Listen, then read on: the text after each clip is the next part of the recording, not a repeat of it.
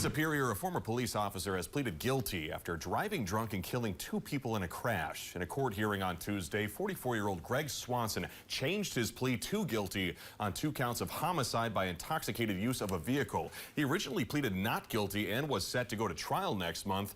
Back on the morning of July 2022, Swanson was driving drunk on East 2nd Street in Superior when 23-year-old Michael Evans had just run out of gas trying to push his vehicle when Swanson slammed into it.